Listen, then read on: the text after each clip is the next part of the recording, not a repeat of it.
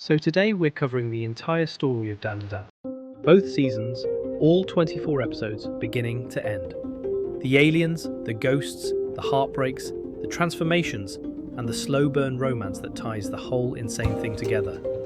This is going to be a long one, so grab a snack, get comfortable, and let's get into it.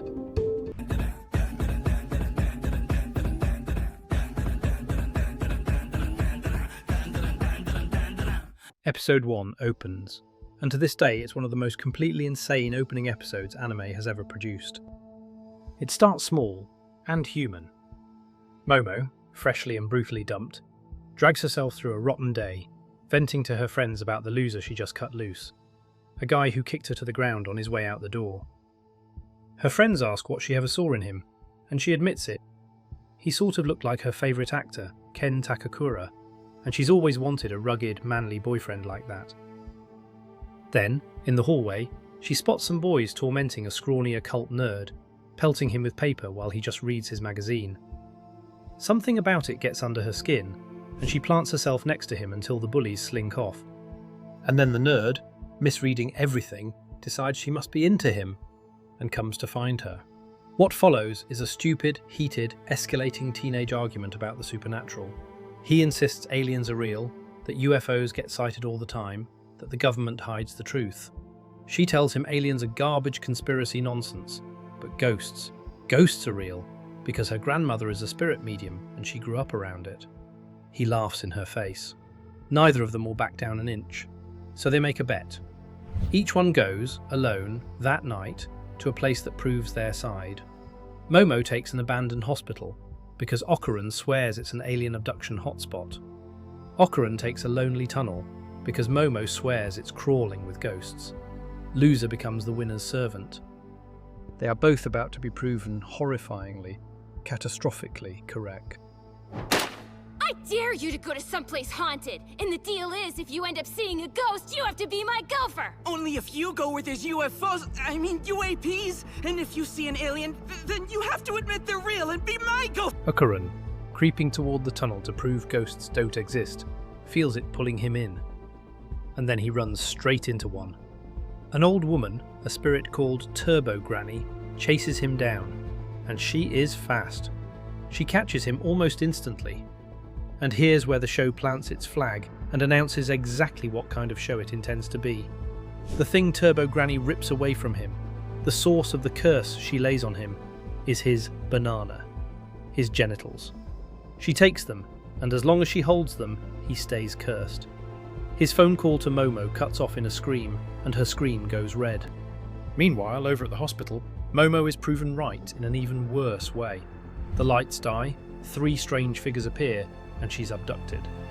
They call themselves the Serpo, a species from a planet where only males exist, who reproduce entirely through cloning, and whose evolution has curdled because of it, leaving them drained of emotion.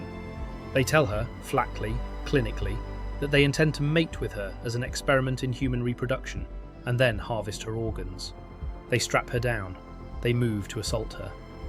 It's played with the show's signature tonal whiplash, absurd and genuinely skin-crawlingly menacing at the same time, and the series does not soften what's happening to her.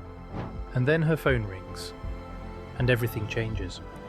Because the call is Okarun, now fully possessed by Turbo Granny, and the ghost comes screeching out of the phone into the UFO, smashing an alien aside and biting another clean in half. It's pandemonium, but it isn't enough.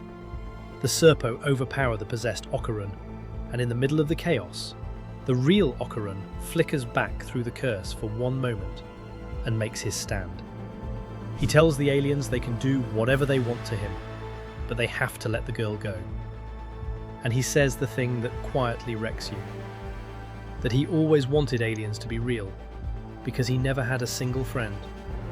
That he spent his whole childhood staring up at the sky, begging something to come down and find him. That nobody in his life ever cared whether he lived or died, until Momo sat next to him and treated him like a human being. And for that, he won't let them hurt her, even if he has to become a monster to stop them.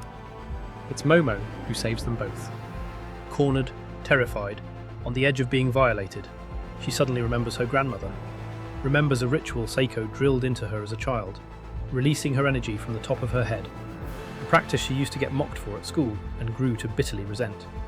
In her desperation, she tries it, and her psychic powers detonate awake. She shatters the device pinning her down, realizes in a flash that her grandmother had been quietly preparing her for this exact night her entire life, and kicks a Serpo so hard he crashes into the moon, which turns out to be the alien's UFO disguised. The ship comes screaming down out of the sky. They survive. Momo drags Okarun out of the collapsing building and, on instinct, injects her own energy into him to keep him stable. And in the quiet, after all that carnage, the show does something sneaky. It plants the first seed of the romance. Because Okarun, ashamed and trying to send her home safely, strips off his shirt and pants and hands them to her to wear, telling her he's just an awkward guy and she shouldn't have to deal with him. And that line, "I'm just an awkward guy," happens to be a famous line from Ken Takakura, Momo's actor crush. Her heart does a backflip she absolutely does not consent to. Flustered, she realizes she doesn't even know this boy's name and asks. And that sets up the reveal. They survive, and both of them were right. Aliens exist, ghosts exist, and now they're both hopelessly tangled up in it.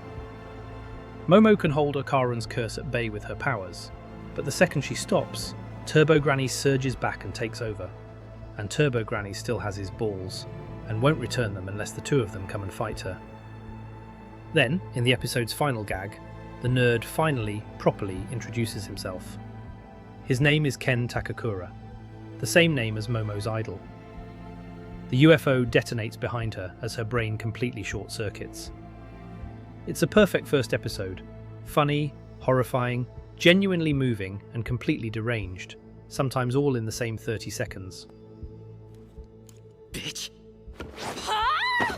What did you just call me? You think I'd like you calling out my faults? Could you be any more ghost?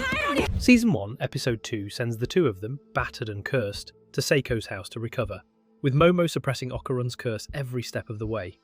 This is where she lands on the nickname Okarun, and the reason is pure comedy. She physically cannot handle saying Ken Takakura without her face going red, so she lays down a rule that he is never, ever to say his real name in front of her again. Since he's the occult kid, she'll call him Okarun. He has no say in the matter and, secretly, doesn't hate it. It's a running gag that pays off for the entire series. Anytime his full name comes up, Momo short-circuits, and later on Aira weaponizes it just to watch her malfunction. There's also a great early beat of the show's specific supernatural logic once they get inside. Seiko isn't home, and when a doorbell rings, Momo remembers something her grandmother once told her. The house has 2 doorbells, one for humans and one for evil spirits. And the one that just rang was the second kind. Which means, because Momo pulled the warding talisman off the gate, something has followed them onto the property. But there's a problem the second they arrive. The gate to Seiko's property has a talisman on it that wards off evil spirits. And because Okarun is cursed, the moment he steps through, he bursts into flames. Momo panics and flings him into a nearby canal to put him out, then realizes what happened and pulls the talisman down so he can come inside. Cute, dumb, exactly the show's rhythm. But it also disarms the house's protection at the worst possible moment. Because they're attacked. Toriki, I'll put the talisman back. Whoa, hold on. That would be a bad idea now. What do you mean? The gate's embedded in the wall. And if I can't get out, I'll be incinerated. Damn it. If we don't do something, we're screwed.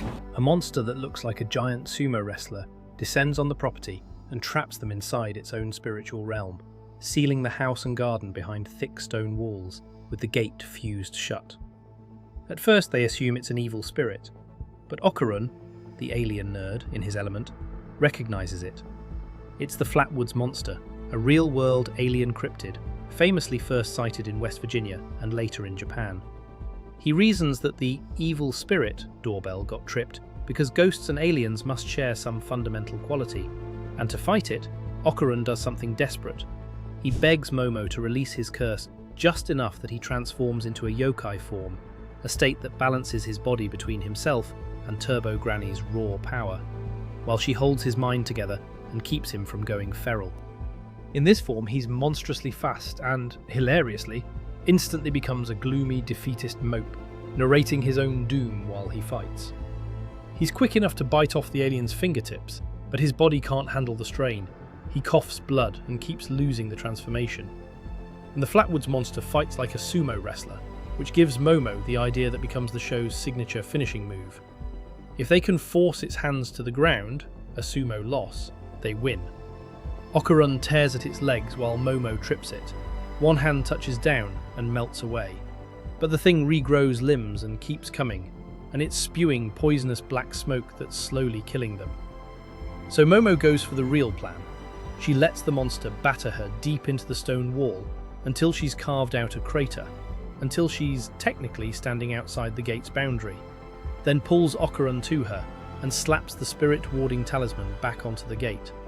The protective field roars back and burns the alien to nothing. They win, and Momo, drained past her limit, passes out, which means the curse takes over completely, and Turbo Granny fully possesses Okarun. Cliffhanger. Yesterday, when I saw aliens. Anyway, I really do have psychic powers now, and if I don't use them to keep Okarun's curse in check, he freaks the F out. Season 1, Episode 3 is where the glue of the entire series finally walks through the door. But first, the show cuts away to a TV programme featuring a fraudulent psychic getting every single detail about a celebrity wrong. A bit that turns out to be a sly introduction, because that fake psychic is Seiko Ayase, and the reason she seemed wrong is a punchline the show pays off later. On her way home, she senses trouble. Back at the house, the possessed Okarun is about to devour the unconscious Momo, when a wooden block and a nail come flying out of nowhere and smack Turbo Granny out of him, sending her into the canal. Seiko has arrived. She took one look and assumed her granddaughter had dragged home another deadbeat boyfriend, except this one isn't even human. Turbo Granny tries to ambush Seiko from behind, and is instantly burned by a protective barrier Seiko has already set up, because Seiko saw the whole thing coming and laid a trap. And the episode takes a second to show you how her craft actually works, which is one of the things this show does really well. It gives its magic real, teachable rules. Seiko drives a nail into the ground inside a drawn circle to raise a barrier. A nail inside the circle protects what's inside, a nail outside protects what's outside. She stands safely within her own circle, while Turbo Granny burns against the boundary, then draws a second, tighter circle around the ghost to shrink her mobility until even her legendary speed is useless. She beats the ghost down with her bat, not to kill, but to exorcise, and drives her off for the night. It's a nice bit of foreshadowing too, because this same barrier trick is exactly how they'll finish Turbo Granny for real one episode later. When Momo wakes and frantically asks what happened to Okarun, Seiko points to the property's shrine, where she's got him safely contained. Momo pours out the whole story and reveals her new psychic powers, and Seiko lays out the grim truth. Turbo Granny is ancient and powerful, once known as the 100-kilo Granny, and she's fused with a stronger, location-bound spirit that lives in the tunnel, the kind of spirit that's nearly unbeatable on its home turf, because that's its domain. Seiko herself couldn't even get close to the tunnel when she tried. The spiritual pressure was so strong. She warns Momo, plainly, to give up and leave it alone. But Momo refuses to abandon Okarun, so Seiko gives them the only strategy that could work. Turbo Granny is far weaker outside the city, so they have to lure her out and beat her there, which means training, starting now. Seiko's actual advice is a gift to anime fans. She tells Okarun to follow the classic One Punch Man workout routine and to carry Momo on his back while he runs, so she can keep the curse from overtaking him. Slam the door in my face before! Well, that was, I knew it! You are disappointed in me! I just said I wasn't, but right now, yeah. And the training arc is where the show mines a ton of comedy out of one specific, humiliating problem. Momo has to be within sight of Okarun at all times to suppress the curse, because her power doesn't work through walls or closed doors. Which means when Okarun urgently needs to use the bathroom, either Momo watches him or he transforms into a monster. There is no third option. Poor Okarun's dignity is the sacrifice this show is most willing to make, and it's only episode 3. Seiko also coaches Momo on her powers here, telling her to stop relying only on her eyes and to feel the aura around her with her whole body. Advice that becomes important later, because Momo's ability to sense a spirit's aura, even while blind or turned away, is what wins several of the hardest fights to come. That night, Turbo Granny forces the timeline, appearing through Okarun to threaten Momo directly. Her curse can kill anyone Okarun has laid eyes on, and she'll start with Seiko unless they come to the tunnel to fight. Left with no choice, Seiko blesses both kids with protective clothing, hugs her granddaughter, and tells her to come back alive. And the two head out. What's the matter? You scared to race? Chomping on us is so passé. You're supposed to be the Turbo Granny. Well, here's your chance to show off how fast you really are. Season 1, Episode 4 is the payoff to the whole opening arc, and it absolutely rips. At the tunnel, the plan is to bait Turbo Granny out toward the city outskirts, where the location-bound spirit's power fades. But she corners them immediately, flanking them with two enormous heads, and yanks Okarun's curse right out of him. She's given his banana back, severing the curse so he can't use her power against her. Clever. Nasty. So Momo improvises. She remembers Seiko's advice that Turbo Granny is insufferably proud of her speed, and she goads the ghost into a game of tag, mocking her until she can't resist. Turbo Granny agrees to the rules. She has to count before chasing, but she cheats immediately, botching her own counting and lunging early, trapping Momo in a prison of meat and starting to count for Okarun too. Okarun, out of options, bites her, and because he's wearing Seiko's warding clothes, she can't shake him off. She has to possess him and rip the clothes away first. But that's the opening Momo needs. The instant Turbo Granny is inside Okarun, Momo can sense her aura, and she crushes it, pinning her. And the tag itself is a great gag on the way there. Go all out again. Huh? Seriously? Even if I did, we still won't make it out of the city. Turbo Granny cannot count to save her life, fumbling from 1 minute to 3 minutes before just blurting out that 10 minutes are up so she can start chasing, cheating so blatantly that even Okarun calls it out. What follows is a frantic, escalating chase across the entire city. Turbo Granny's crab spirit form comes bursting up out of the road, and she's dumb enough to be easily distracted, but she's also brought reinforcements, a horde of corpses she's possessed from a local cemetery, borrowed specifically to keep the kids from reaching the city limits. Okarun sprints in his yokai form carrying Momo on his back, and when he can't take a corner, he just launches off a cliff and spins his legs like helicopter blades to slow the fall, because physics is a suggestion in this show. They cook the crab spirit by blasting it with hot spring water until it turns red like a boiled crab. They weave through the zombie mob, and Momo swings them across the rooftops like Spider-Man using her powers, and it still isn't enough. Both of them blow past their limits. Momo's focus slips, and Turbo Granny breaks free and fuses with the crab spirit to finish them, taunting that she'll happily wait through any countdown they want because they'll never escape her city. So Momo makes the final play. Turbo Granny tops out at around 100 kilometers an hour.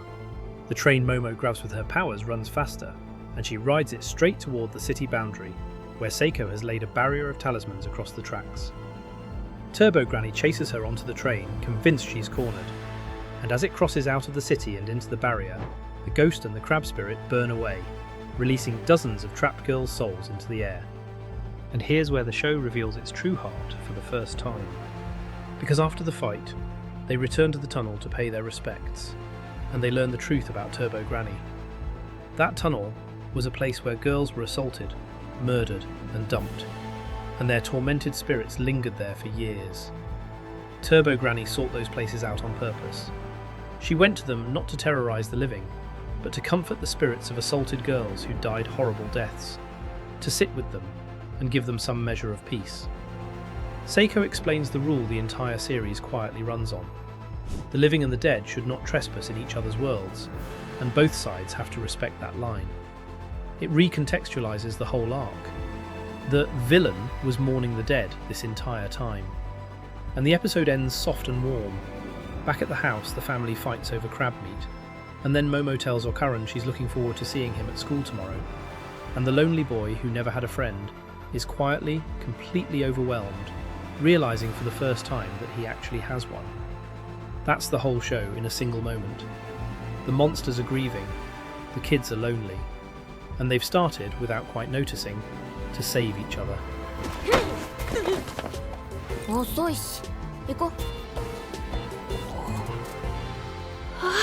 Season 1, Episode 5. If the Turbo Granny arc is where the show hooks you, the arc that starts here is where it reaches into your chest and squeezes. But of course, it starts as a joke. The episode opens with Momo and Okarun actually starting to bond at school, becoming genuine friends. And then it gets instantly derailed by the single dumbest, most Dandadan problem imaginable. Momo's friends, Miko and Muko, catch the two of them in an accidental kiss in a crowded hallway. They'd spent the whole day missing each other, each convinced the other was avoiding them, and finally collided face first. And the friends immediately assume they're a couple. Both kids explode into furious denial, insulting each other, swearing they'd never kiss someone like that. It's the pattern the whole romance runs on. They clearly like each other, and they'd both rather die than admit it. But underneath the comedy, Okarun makes a horrifying discovery in the bathroom. Yes, Turbo Granny returned his banana when she was defeated, but his balls are gone. Missing.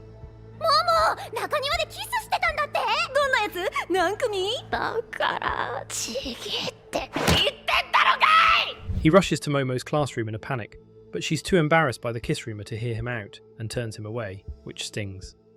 Then, leaving school, Okarun bumps into a pretty girl who's unexpectedly nice to him, and he gets flustered, until she walks off with her friend, laughing about how pathetic it is that a virgin nerd like him mistook basic politeness for interest. Momo overhears the whole thing, gets furious on his behalf, and drops a wash tub on the girl's head with her powers. Then she cheerfully drags Okarun home, deliberately in the mean girl's eyeline. It's a small moment, but it's the show telling you Momo cares more than she lets on. Back at Seiko's, Okarun finally explains the missing balls, and Seiko performs a ritual, dunking his feet in water, setting up a doll and a talisman and a mirror, and smacking him with a paper fan to draw out whatever's hiding inside him. Momo watches his aura shift, grabs it, and yanks a spirit out of him. It slips loose and possesses a nearby Maneki Neko, a lucky cat doll, which promptly comes to life and bolts. Momo tracks it by its aura and pins it, and the doll starts screaming threats. Because it's Turbo Granny, her consciousness survived. When she was burning in Seiko's barrier, she slipped into Okarun's body at the last second and hid there, biding her time to rebuild her strength. Seiko explains it. Her fan expels spirits, but Turbo Granny clung so hard that only her mind got knocked loose into the doll. Her actual power stayed behind inside Okarun. That's why he can still transform into his yokai form, even without her possessing him. So now Turbo Granny is reduced to a tiny, furious, powerless cat doll, no threat to anyone. And when they demand Okarun's balls back, she drops the bad news with a shrug. She has no idea where she put them. They stomp on her. It's great. Spreading rumors, jeez! This morning you had no problem talking to me. Why are you acting like this now? What happened? Well, you did say you didn't want to talk to me. Season 1, Episode 6 reveals where those golden balls went, and it introduces a character who becomes one of the show's best. Turbo Granny explains that Okarun's balls, now glowing golden orbs infused with her spiritual aura and packed with raw life energy, act like magnets for spirits and monsters who covet that life force. And one of them, it turns out, was picked up by a girl at school. That girl is Aira Shiratori, and she is a piece of work. Aira is the wildly popular, wildly self-obsessed girl who genuinely believes the entire school shows up every day just to bask in her presence. When Momo dropped that wash tub on her, Aira caught a glimpse of Momo's psychic powers and concluded, in her spectacularly delusional way, that Momo is a literal demon, and that she, Aira, is a chosen hero destined by the heavens to stop her and save the world. Her proof? A golden ball that fell out of the sky and bonked her on the head during the Turbo Granny fight, which awakened her ability to see spirits. The show even shows the exact moment it happened. Aira was near a train bridge the night Momo exorcised Turbo Granny and the crab spirit on the tracks, and when one of Okarun's golden balls came flying loose, it dropped right onto her head as she watched the strange lightning crackle over the train. She's been carrying it in her pocket ever since, stroking it fondly, with absolutely no idea it's a teenage boy's testicle. Let's start looking around. Where's Granny at? My backpack? Momo Ayase. She's even gathered a cross and an exorcism handbook from her friends to do battle. But awakening spiritual sight cuts both ways. Now spirits can see her too, and something has been watching. Aira lures Momo to an abandoned building to exorcise the demon. Her friends pin Momo down and zip-tie her, and Aira sits on her and presses the cross, and then the golden ball to her face, insisting it's a holy weapon. Momo tries to tell her she's mashing a boy's private parts into her face. Aira does not listen. And then a spirit in a pink dress descends, snatches Aira up, and calls itself her mother. Okarun rushes in, transforming to save her, but the spirit is faster. It swallows him whole. Turbo Granny identifies it, a spirit called Acrobatic Silky, who wears a red dress and moves with impossible acrobatic grace.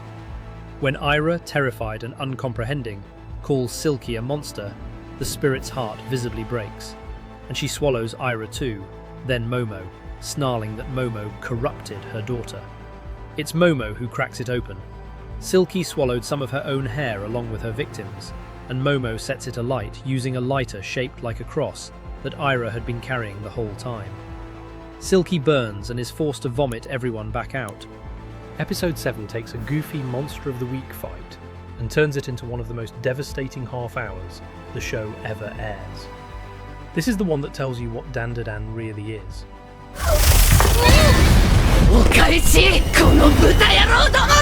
Momo and Okarun distract Silky long enough to beat her down, Okarun headbutting her clean through a wall, and they retrieve Okarun's golden ball from Aira.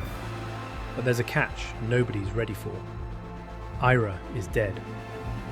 An ordinary human can't survive being swallowed by a spirit, and her heart has stopped. Momo refuses to accept it. She tries to restart Aira's heart by squeezing it directly with her psychic powers, while Okarun performs CPR, pouring everything they have into a girl who, an hour ago, was trying to exorcise them. Nothing works. And then Acrobatic Silky offers a way to save her. If Silky pours her own aura, her life force, into Aira, the girl will live again. Momo doesn't trust her for a second, and to prove she means it, Silky tears her own mouth apart, so she can never swallow anyone again.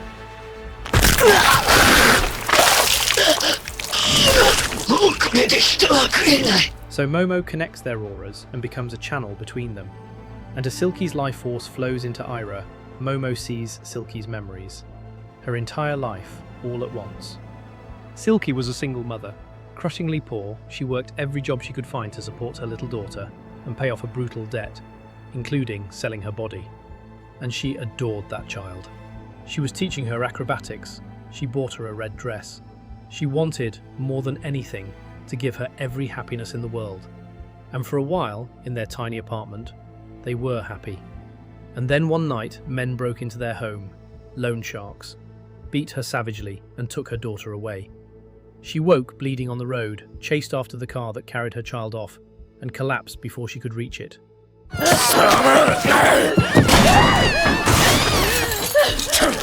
She died alone and heartbroken, throwing herself from a rooftop, performing one last acrobatic dance for a daughter she would never see again. As a wandering spirit, she forgot everything, except the unbearable knowledge that she'd lost something precious beyond words. And then, one day, a small child touched her and called her Mummy. That child was a young Aira, who had just lost her own mother and, in her grief, mistook this drifting spirit for her. Silky couldn't even remember her real daughter's face, so she decided this was her daughter and swore to protect her, and became a monster to do it. For 10 years she watched over Aira as a ghost, and everything she did, every horror, came from a mother's love that had nowhere left to go. Aira is revived, and Momo is left in tears on her knees, because she saw all of it. As Acrobatic Silky begins to disintegrate, she gave every last drop of her aura to save Aira, and now she'll fade completely, her existence erased, no afterlife, no memory, as though she never lived at all. She voices her final regret, that she couldn't be a better mother, that her daughter would have had a happier life if she'd never been born to someone like her.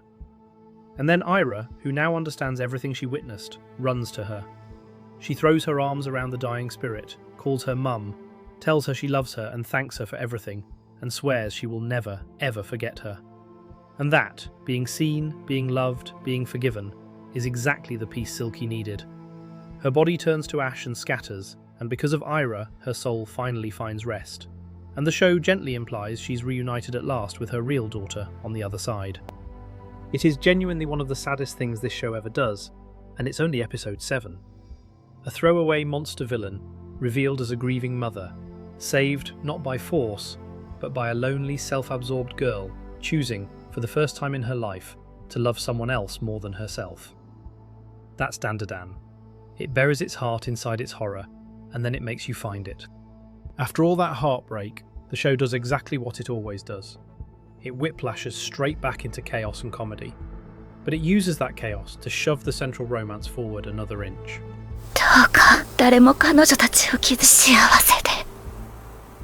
The episode opens on the fallout from Silky.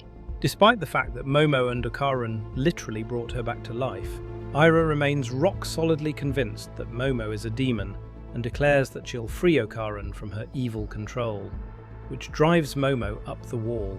Turbo Granny reattaches Okarun's recovered ball to his body in a baseball-themed gag involving Seiko swinging a bat, because this poor kid is never allowed dignity for more than 5 minutes.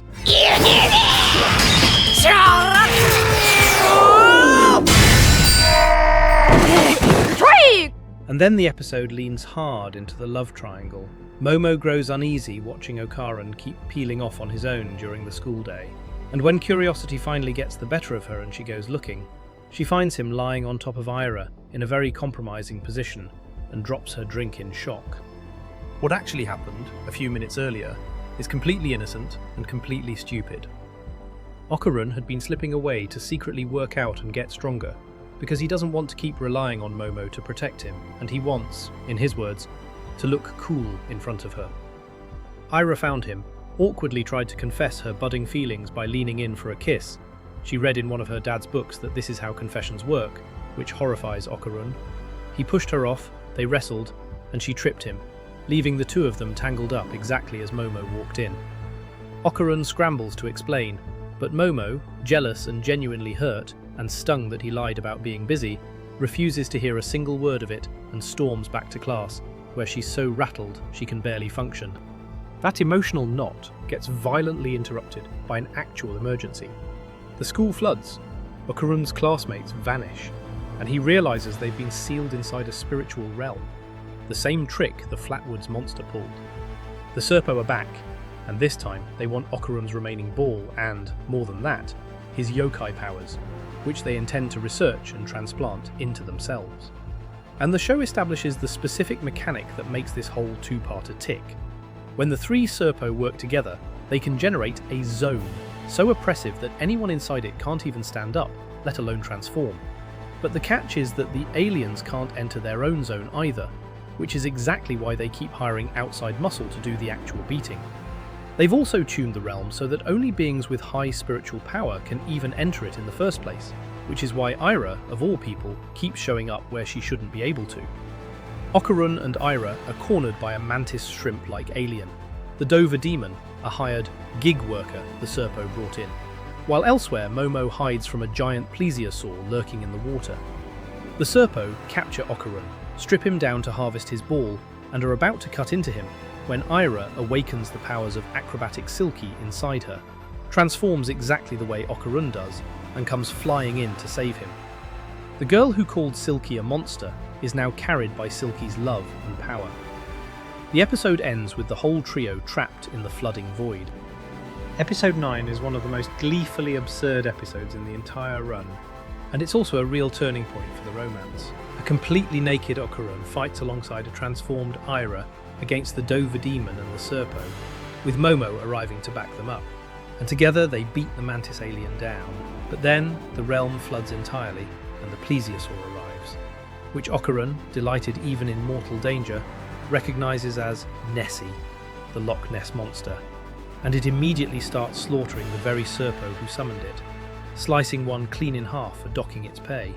The Dover demon, meanwhile, grows drastically stronger underwater, because it fights like a mantis shrimp whose strikes are 10 times more devastating in water, and it knocks Aira out cold. Momo and Okarun panic. The comedy running under all of this is the aliens' complete contempt for their own hired help. The Dover demon is a gig worker.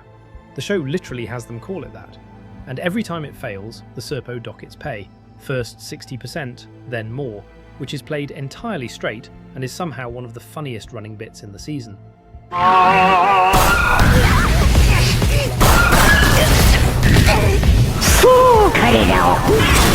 The animation even shifts its colour palette mid-fight, from a burnt orange tint to a sickly green once things go fully underwater, to match the aquatic nightmare they're trapped in. And the show sneaks in an actual science lesson that becomes the key to victory. Momo had just learned in class that day about the Mantis shrimp, whose strikes are unbelievably powerful underwater, but which does real damage to its own body if it tries to use that full force out of the water. File that away, because it's the exact weakness they exploit. And in the middle of this ridiculous, gorgeous underwater brawl, with a naked boy and two girls fighting a Loch Ness monster and a boxing shrimp, the show quietly slips in the emotional beat that actually matters.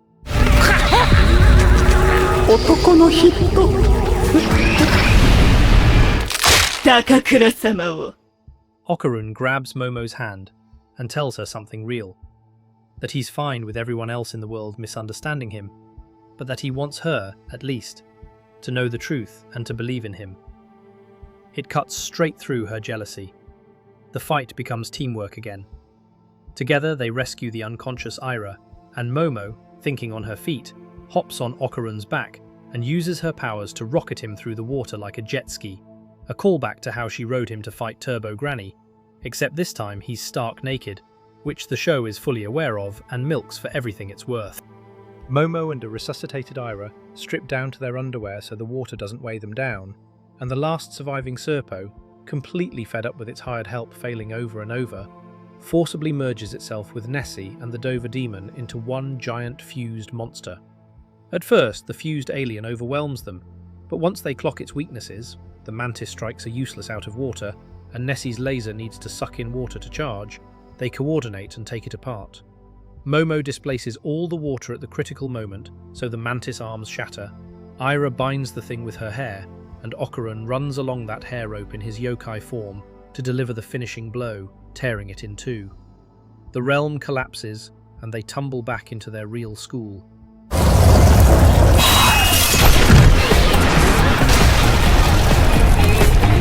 And then the punchline detonates. The entire student body sees a naked boy and two girls in their underwear tangled together on the floor, and the whole school instantly concludes they were streaking and doing something unspeakable in the hallway. The trio is mortified beyond words. It's a huge, dumb laugh built directly on top of a genuine emotional breakthrough, which is the exact trick this show pulls, over and over, better than almost anyone. Episode 10 starts cleaning up the wreckage, both emotional and literal, and it turns another villain into family. Momo and Aira wallow in fresh despair over being seen practically naked by the entire school, while the girls and Okarun try to work out what the aliens even wanted. Okarun lays out a genuinely clever theory that pays off the whole alien plotline.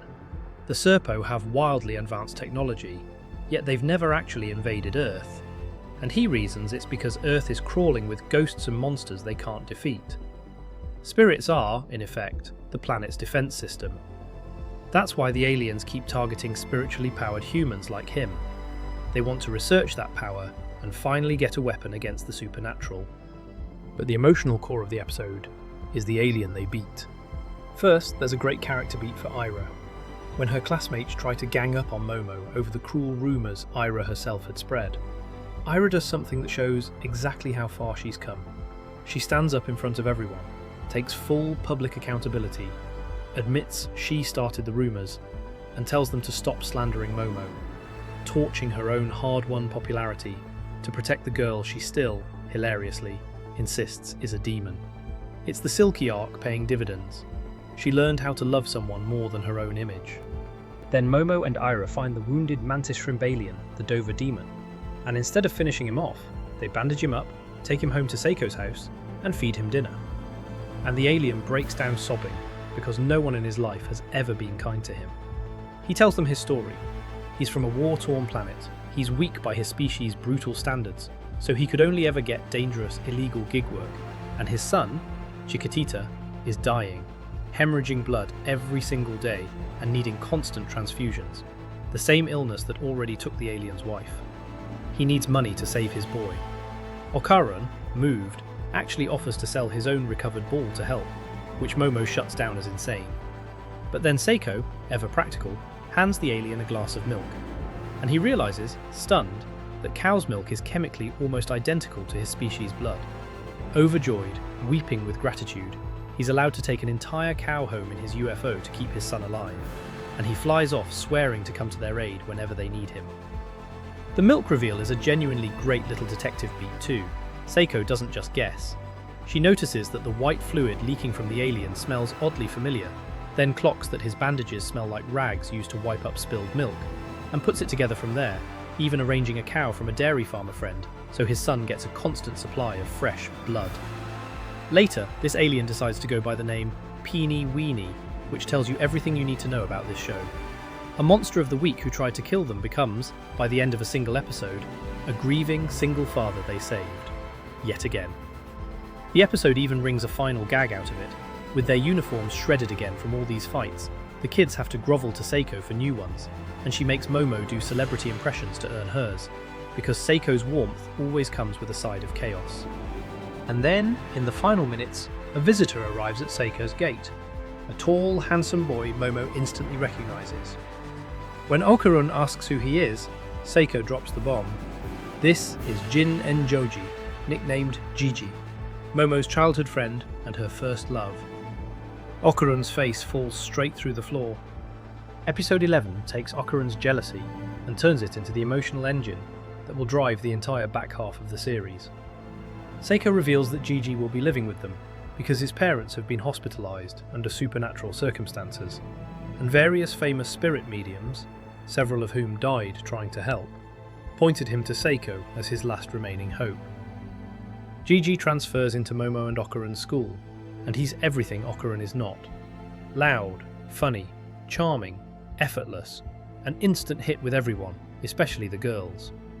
And Okarun spirals into insecurity and jealousy, convinced that if Momo starts dating her handsome childhood first love, she'll cut ties with him, stop listening to his weird occult ramblings, forget he exists, and he'll go right back to being completely alone.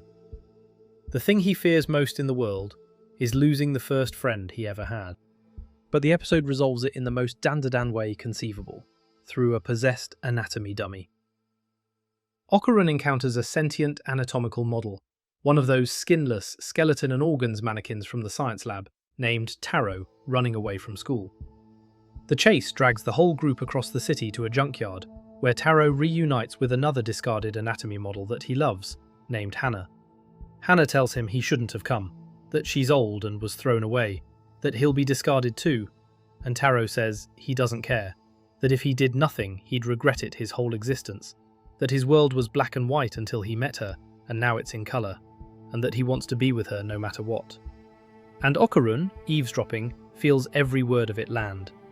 He realises right there that he's in love with Momo, and instead of giving up and quietly stepping aside like he'd been planning, he decides, because a literal anatomy dummy in a junkyard inspired him, that he's going to fight for her too.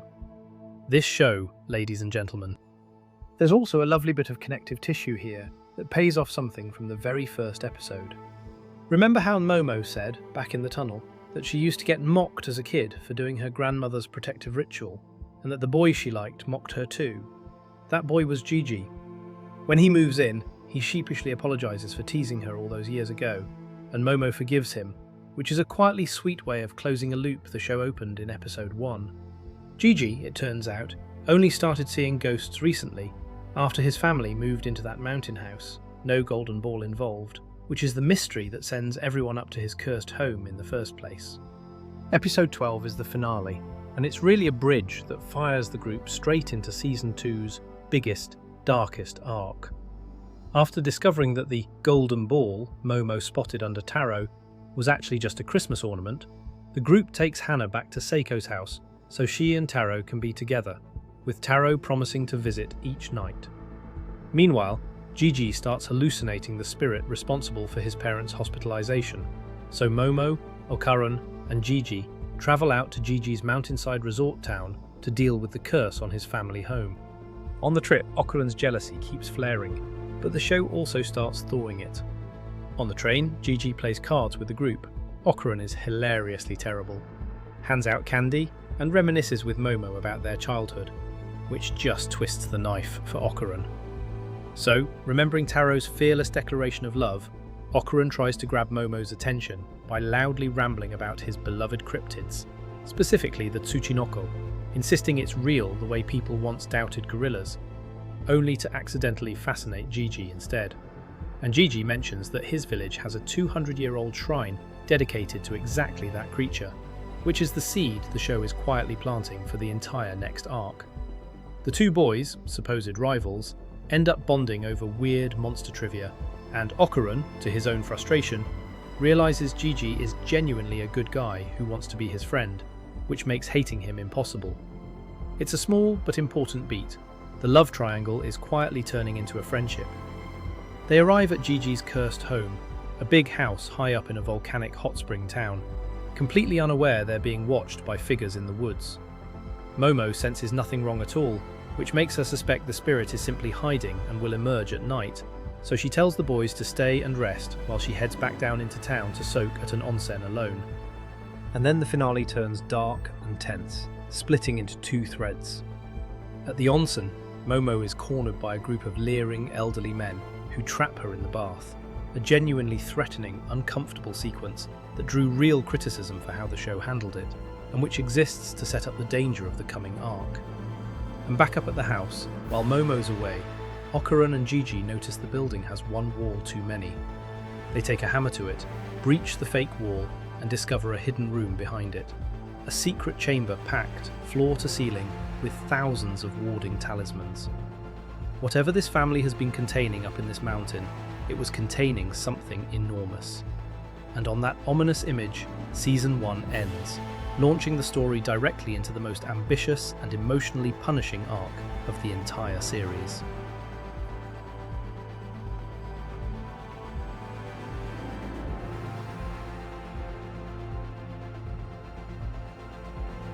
Season 2, Episode 1, overall Episode 13, picks up in both threads at once and does not let go. Down at the onsen, Momo fights off her attackers the only way Momo knows how. She smashes chunks of the bathhouse into them with her powers, until the police finally intervene. It's cathartic after the ugliness of the cliffhanger. Meanwhile, up at the house, Okarun and Jiji frantically hide the talisman-filled room as a family arrives, the Kitos, a clan of older women and men who reveal themselves to be Jiji's landlords, and who immediately start interrogating him with an unsettling intensity. Momo, killing time, chases down a local legend about a Tsuchinoko, a mythical fat little snake creature, at a nearby shrine that's supposed to house one, and finds only some desiccated snakeskin. Okarun, ever the cryptid enthusiast, is thrilled that shrines like this exist at all, but when Momo returns to the house, she finds Jiji and Okarun tied up by the Kitos. She fights them, and the Kito matriarch, a fearsome old woman named Naki, blasts Momo straight into the hidden talisman room, where she starts sinking into quicksand. Hurry, grab my hand! Then the floor gives way, and everyone falls through into a genuinely horrifying discovery. An entire neighbourhood, buried and preserved inside the mountain.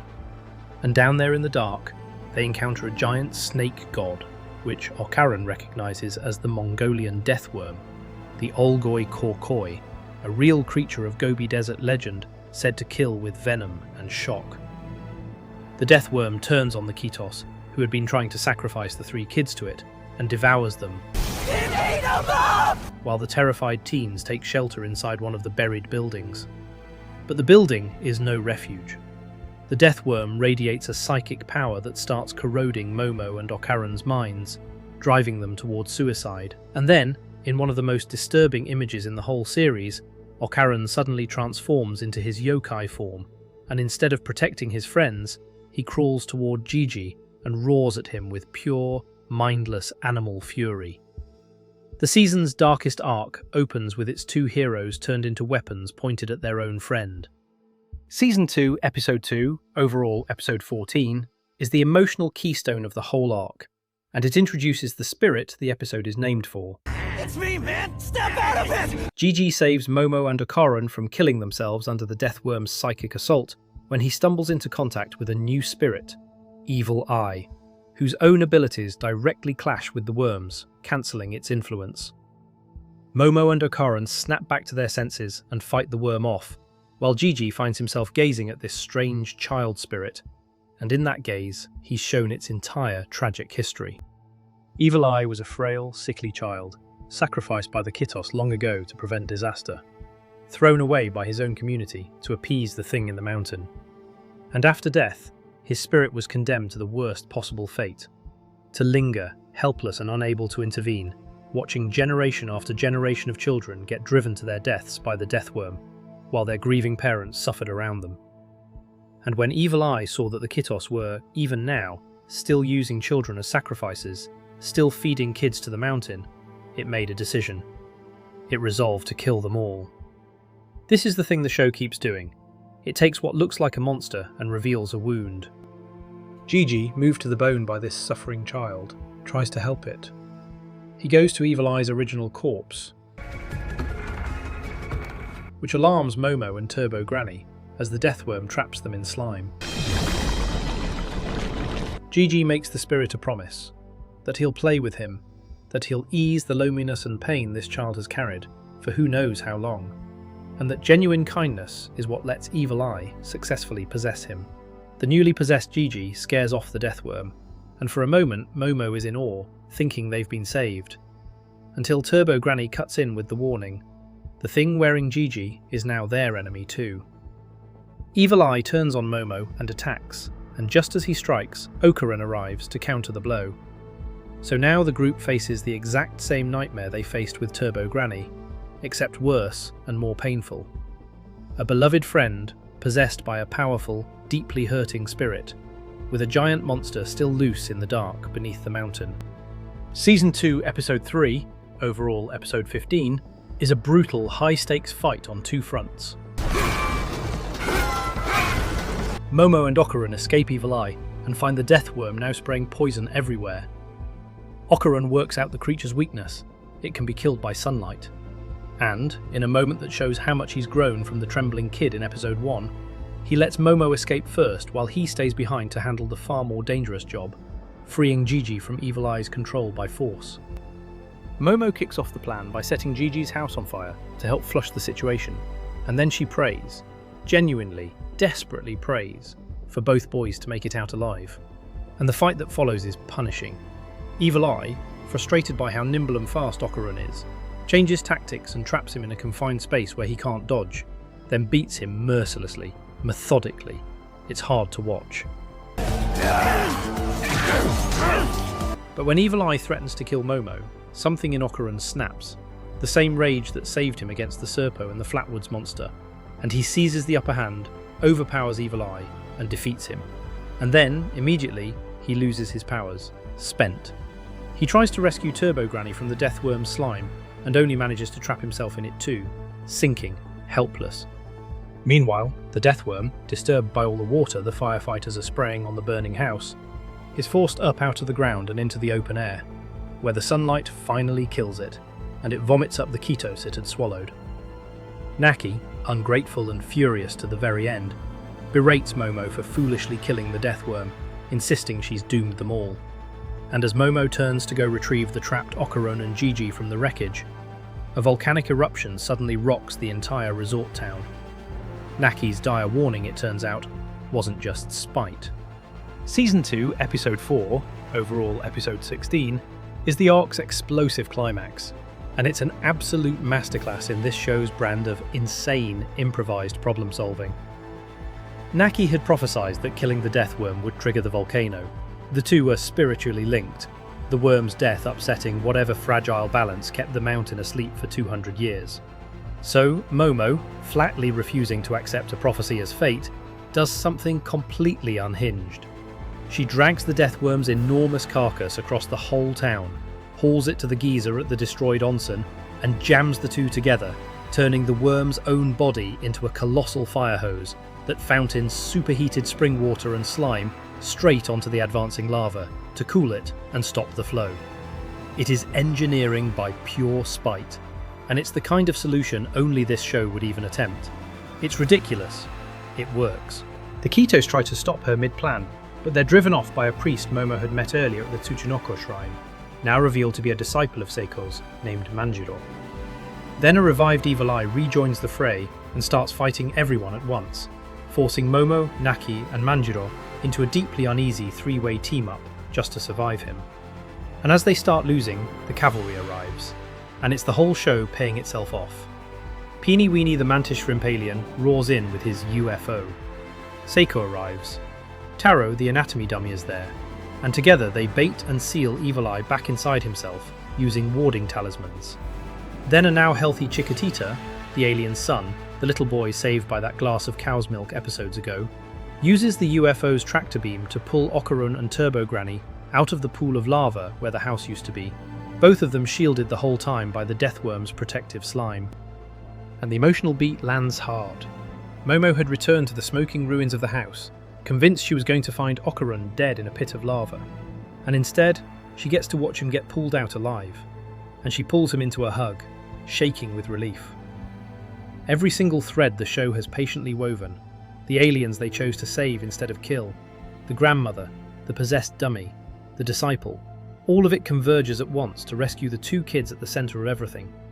That's the payoff of a story that keeps choosing mercy. When it's your turn to be saved, everyone you were kind to comes back for you. Season 2, Episode 5, overall Episode 17, shifts the show out of world-ending horror and into something quieter, and in its own way even more important. Because now the group has a problem you can't punch your way out of. What do you do with a hurting spirit once exorcising it isn't an option? The answer the show slowly builds toward here is the emotional thesis of the entire series. The episode has Seiko's group trying to exorcise Evil Eye out of Jiji over dinner, with Aira now folded into the household. Seiko and Manjiro work the possession, and they discover a crucial, and very funny, detail about how it operates. Jiji and Evil Eye swap places depending on temperature. Douse Jiji with hot water, and Jiji comes back to the surface. Douse him with cold, and Evil Eye takes the wheel. So the whole group is now stuck babysitting Jiji, kettle at the ready, until the exorcism is finished. It's the kind of absurd, specific rule this show loves, and it becomes the engine for a lot of comedy and tension going forward.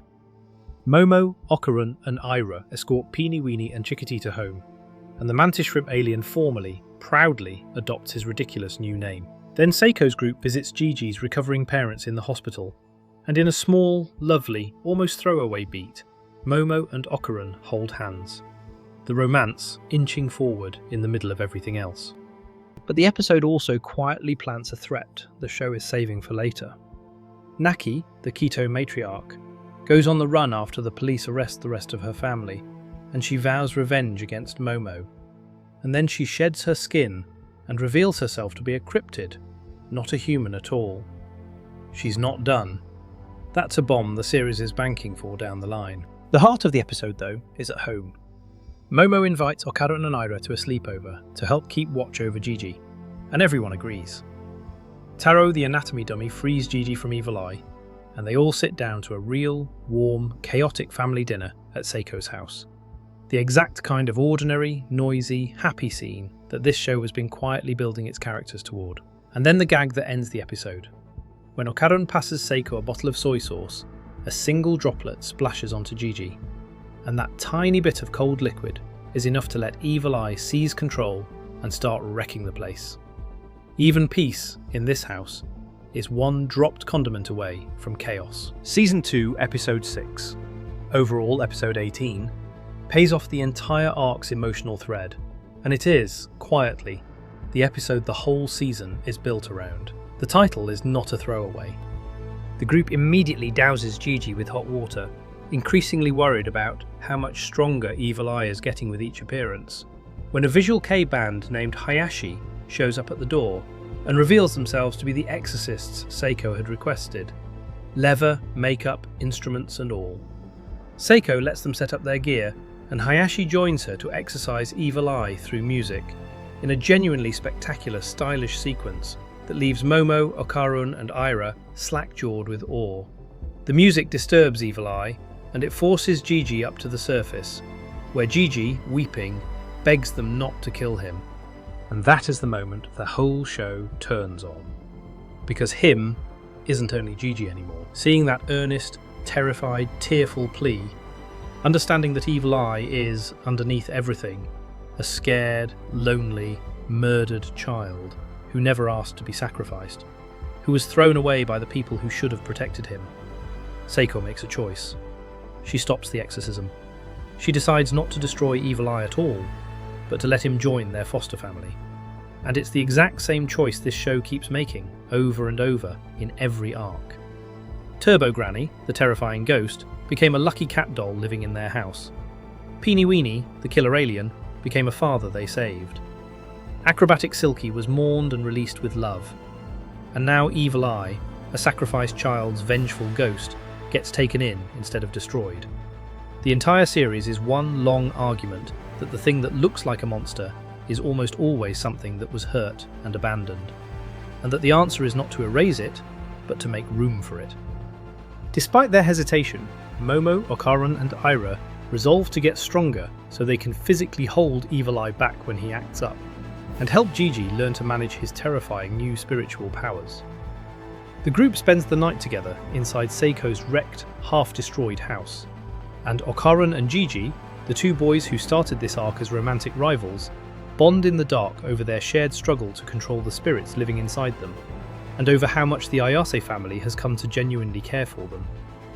Two lonely boys in a broken house, realizing they finally have a family. That's the title. That's the entire point of the show, stated as plainly as it ever gets. The next morning, life just goes on, the way it does. Momo, Okarun and Aira head to school, while Jiji stays home to keep training with Seiko. Momo, feeling responsible, decides to help pay for renovating the wrecked house by taking a part-time job. And the episode caps it with a perfect comedy sting. Miko and Muko drag a mortified, protesting Okarun to a maid cafe, where they all discover that the maid currently working the floor is Momo, who would very much like to disappear on the spot.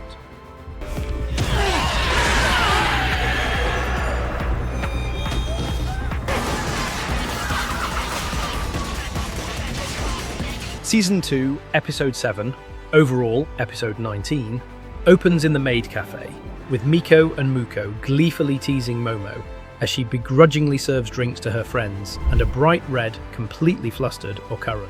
It's a light, funny breather, and it lets the romance simmer.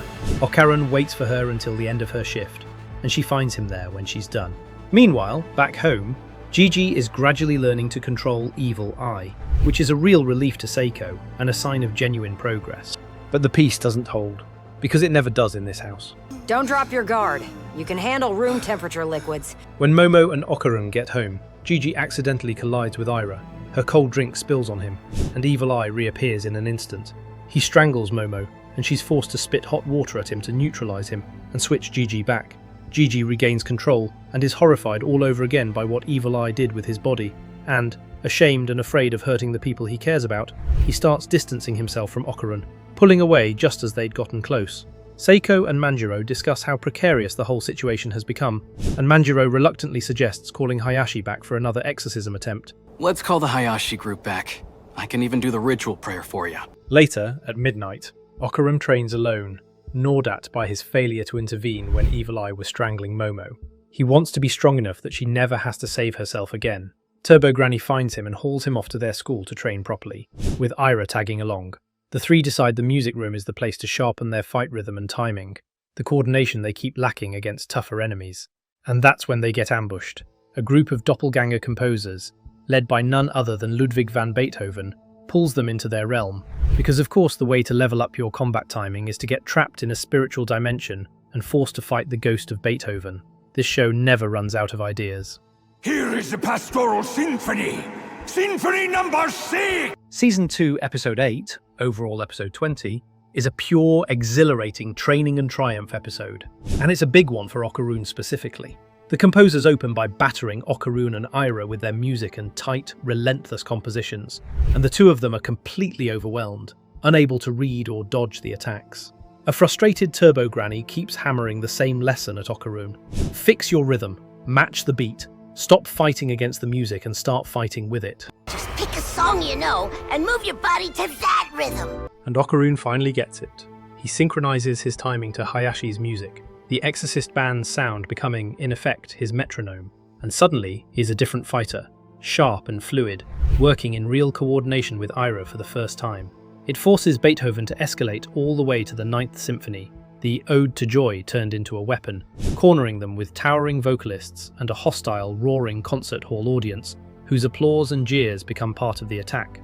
It's a wild, operatic set piece, the kind of swing only this show would take. A life-or-death battle scored, quite literally, by a doppelganger orchestra. Leave these goons to me! Take out the musicians! But Okarun and Aira, now actually in sync, work together to take down the vocalists and the composers, and in the middle of it, Okarun unlocks the full potential of his yokai form, pushing past the limits that have been holding him back all series. The group is freed from the composer's realm, and Okarun sincerely thanks Aira and Turbo Granny for their help. The kid who couldn't throw a punch in episode 1, who needed Momo to hold his mind together just to function, is becoming genuinely powerful in his own right, and more importantly, he's learning to fight as part of a team. I think I have a handle on how to use rhythm in a fight. Back at Seiko's house, Manjiro reveals he's already called Hayashi back, out of concern for everyone's safety, leaving Momo in disbelief. And Okarun, Aira and Turbo Granny return home, where a newly determined Okarun does something bold. He challenges Evil Eye to a duel. Seeing Okarun's resolve, and you sense a little intrigued by it, Jiji allows Evil Eye to possess him, and the two of them begin to fight. Season 2, Episode 9, overall Episode 21, resolves the Evil Eye tension in the most Dandadan way possible. Not with an exorcism, but with a negotiated compromise. Okarun now matches Evil Eye's strength blow for blow, and they wreck what's left of Seiko's house in the process, with Evil Eye eager to keep the duel going. But Okarun refuses to just keep brawling. Instead, he strikes a deal.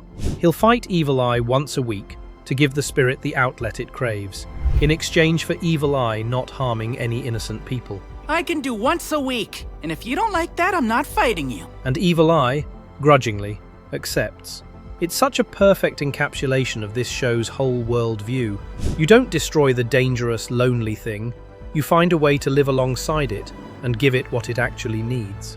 Jiji regains consciousness, and the group goes their separate ways for a bit, with Jiji joyfully reuniting with his now recovered parents. The whole reason this arc started, finally resolved. But Okarun and Aira come back with Peenie Weenie to help Momo and Seiko rebuild their destroyed house, using alien nanoskin technology, programmable material that can be shaped by imagination. Oh yeah, I think I got the hang of this. And in a genuinely sweet, grounded moment, Momo and Okarun talk about how this house, wrecked as it is, has become a real place of belonging, the home base of all these strange friendships they've built. It's the quiet thematic center of the episode. They didn't just survive all this chaos, they built something out of it. A found family needs a home, and they're literally, physically rebuilding one together. Later, Jiji shares with Momo that Evil Eye has been behaving well, thanks to Okarun's weekly fight compromise. But then Momo watches, on the way to school, as a mischievous Evil Eye takes control of Jiji just to cause trouble, and she's forced to babysit him while keeping his possession a secret from everyone at school. Those I wish to butcher! Meanwhile, the plot machinery for the finale starts turning. Miko and Muko mention a sighting of a floating golden ball, a Kintama, at a housing complex, which instantly grabs Momo's attention, because Okarun still has one testicle missing out there somewhere. And elsewhere, Okarun is approached by a classmate named Kinta Sakata, a character who's about to become surprisingly important.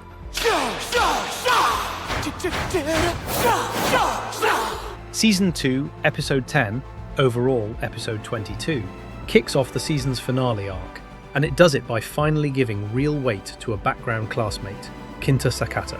The episode opens with a flashback from Kinta's point of view, watching Okarun around school, including witnessing that infamous accidental kiss between Okarun and Momo. Kinta is a kid a lot of viewers will recognize instantly, a science fiction obsessive who's been quietly lonely, the sort of person whose passions have kept him on the outside looking in. And what he sees in Okarun is proof that maybe a plain nerd can actually connect with people. I see you. Yeah, I see you, my enemy! In the present, Kinta approaches Okarun with a very earnest, very relatable question. How on earth did a plain, unremarkable nerd like Okarun manage to befriend girls like Momo and Aira? What's the secret? Kinta wants in. It's a small setup, but the show is quietly loading the gun for the finale, where Kinta's exact brand of nerdiness turns out to be the thing that saves everyone. The comedy escalates when Momo barges into the classroom to tell Okarun about the floating Kintama at the housing complex, baffling Kinta, and then the class representative, Rin Sawaki, asks Momo to leave on Okarun's behalf, because she's misread the situation entirely and thinks Momo is Okarun's bully. Actually, I was going to say that. Don't you dare bully him! Which only convinces Kinta that Okarun is somehow secretly popular with the girls, deepening the mystery he's desperate to solve. After school, Momo and Okarun head to the housing complex to hunt for the missing Kintama, with Kinta trailing behind them. The duo spots him, and then all three of them are suddenly yanked into a spiritual realm by the Kintama itself. As they try to retrieve it, Okarun explains to Momo that this ball has an unseen physical form, and they also end up having to rescue Kinta, who's now trapped in there with them. I got it! And here's where Kinta earns his place. With his deep love of science fiction, he's the one who figures out that the Kintama is camouflaging itself, hiding in plain sight. He works with Momo and Okarun to corner it and beat it, and when the camouflage finally dissipates, the Kintama is revealed to be a full-blown kaiju. And then, to everyone's horror, the kaiju starts growing, swelling up to enormous size. The season's final monster has arrived, and it came out of Okarun's missing testicle, only in this show. You will never be popular! Season 2, Episode 11, overall Episode 23, is the frantic penultimate chapter, and it puts the whole crew through the ringer. Momo, Okarun, and Kinta run for their lives from the towering kaiju, and Aira and Jiji get caught up in the carnage too. The group fights back, with Momo ordering Jiji to get the defenseless Kinta to safety. Momo manages to incapacitate the kaiju, and Aira, riding high on her acrobatic power, moves in to deliver the finishing blow. But the kaiju pulls the same camouflage trick it used in the previous episode, blinking out of sight to lure her in close, then ambushing her the instant she commits, and defeats her. It's a smart callback that turns the monster's one established gimmick into the thing that undoes their strongest attacker. Okarun burns through the last of his powers to rescue Aira, before retreating with Momo to Seiko's house, everyone battered and running on empty.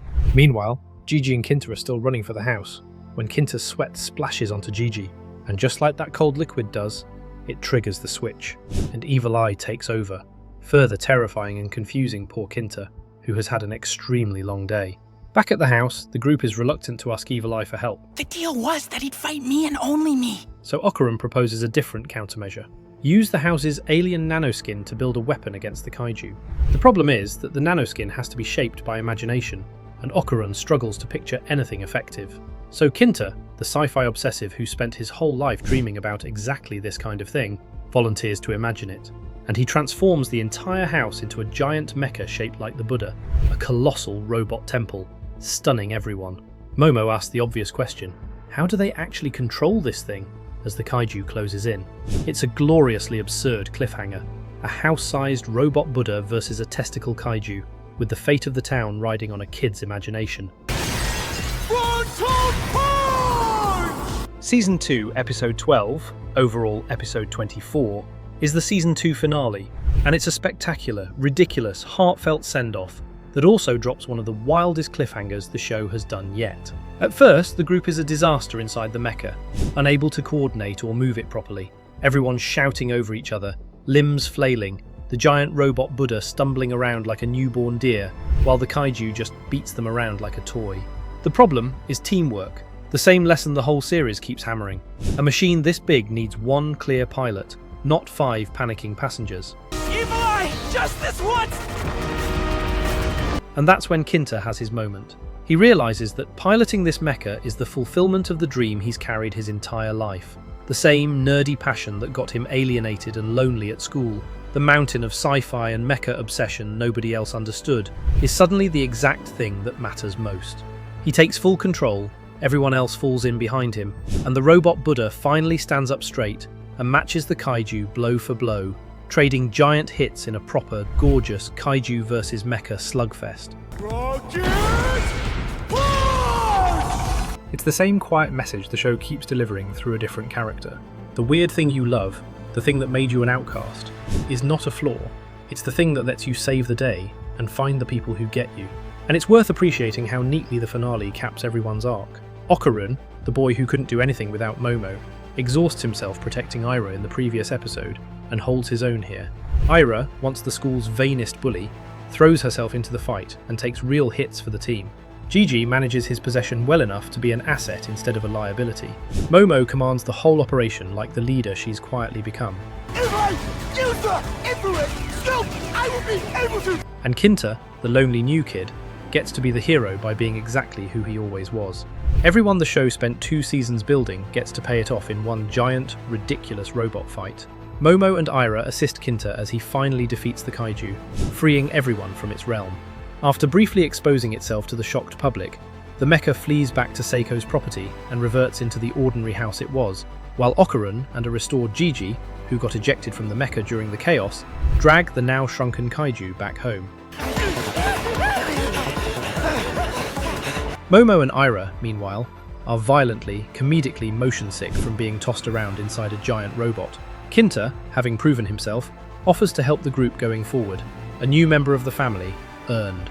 And then the finale delivers its gut punch of a final twist. The boys, examining the shrunken Kaiju, discover that it isn't a monster at all. It's a suit. A creature suit worn by a humanoid girl. And the girl, freshly revealed, takes one look at Okarun and kisses him.